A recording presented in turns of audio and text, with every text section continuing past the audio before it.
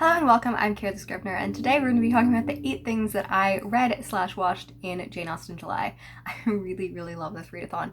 I've been wanting to participate in the last few years, and July is always like a crazy month with busyness and travel and all that, so this year I was like, you know what, I'm going to prioritize this, and I did, and it was so lovely. I had such a fantastic time.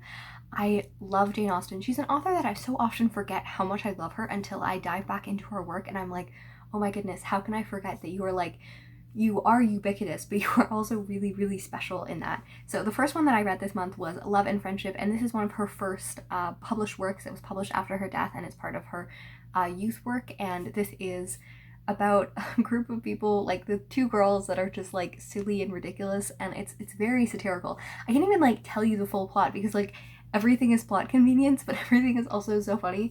I did a review of this in the midst of my Women Who Wrote thing, which is an anthology, and this is where I read it. But like my favorite line is just like, you know, what else could we do but faint?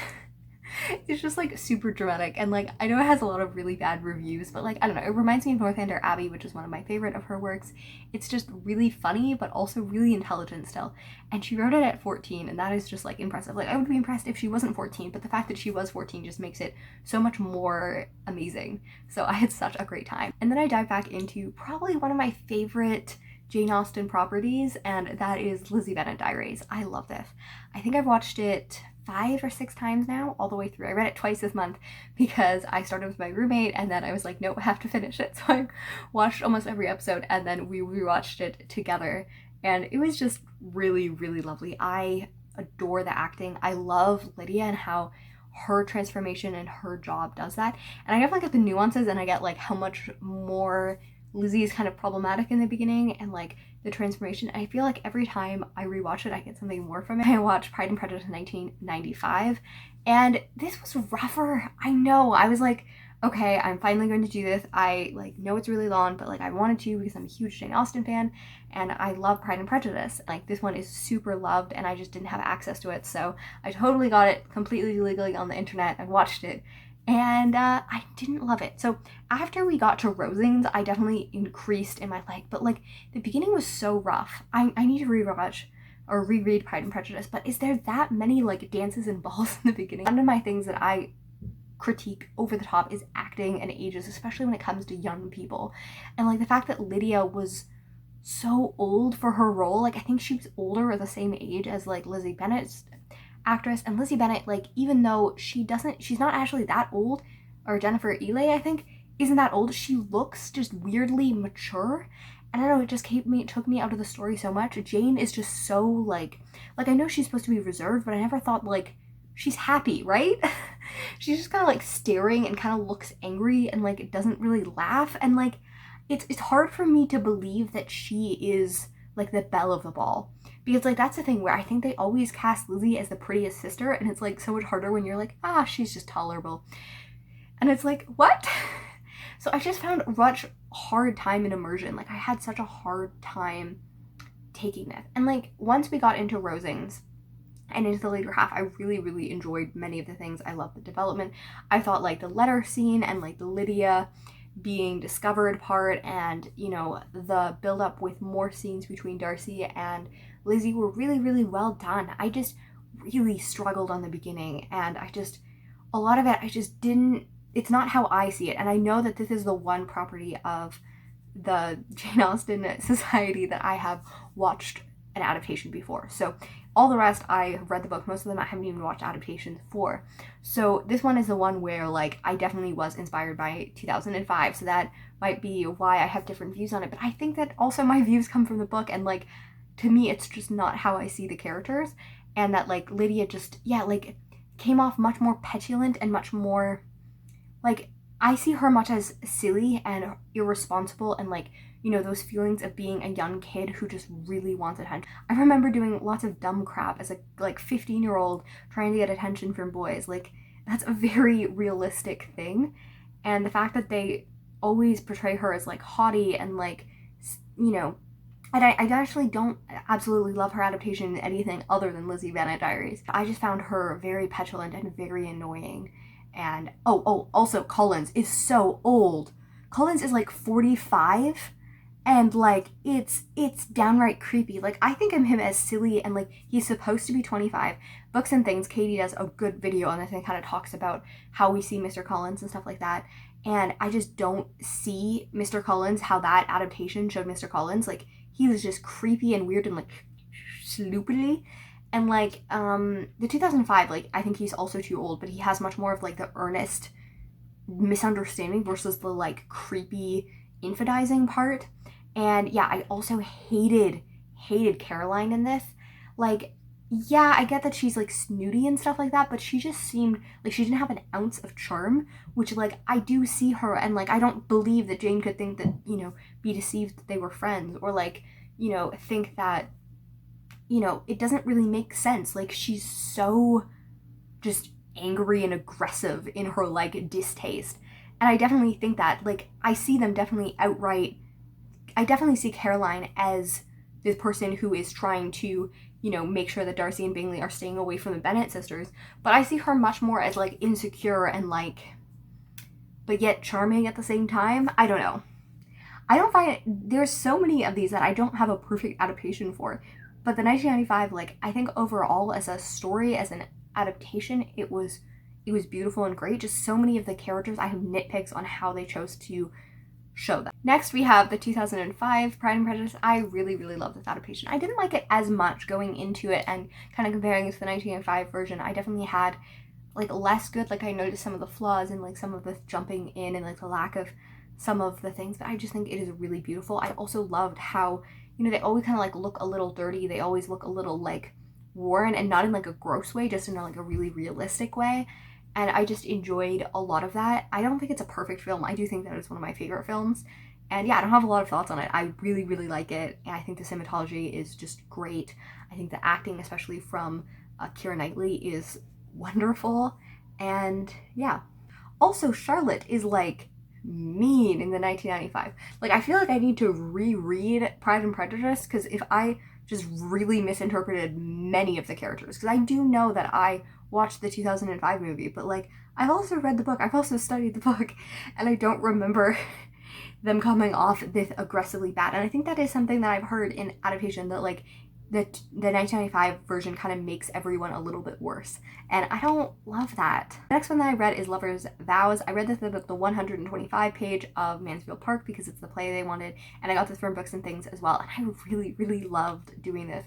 I love this play. I love plays.